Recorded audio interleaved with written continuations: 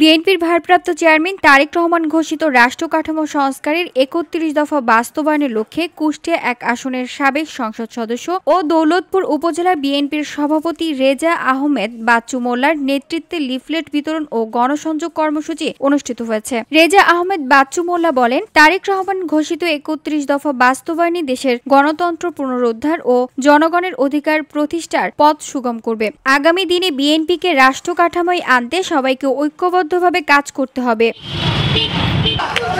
এ সময় উপস্থিত ছিলেন উপজেলা বিএনপির সাধারণ সম্পাদক বিল্লাল হোসেন, সাবেক সহসভাপতি রেজাউল করিম ও সিরাজুল ইসলাম, কৃষক দলের সাবেক সাধারণ সম্পাদক ফরজ উল্লাহ সহ ফিলিপনগর ইউনিয়ন ও ওয়ার্ড বিএনপির বিপুল সংখ্যক নেতাকর্মী।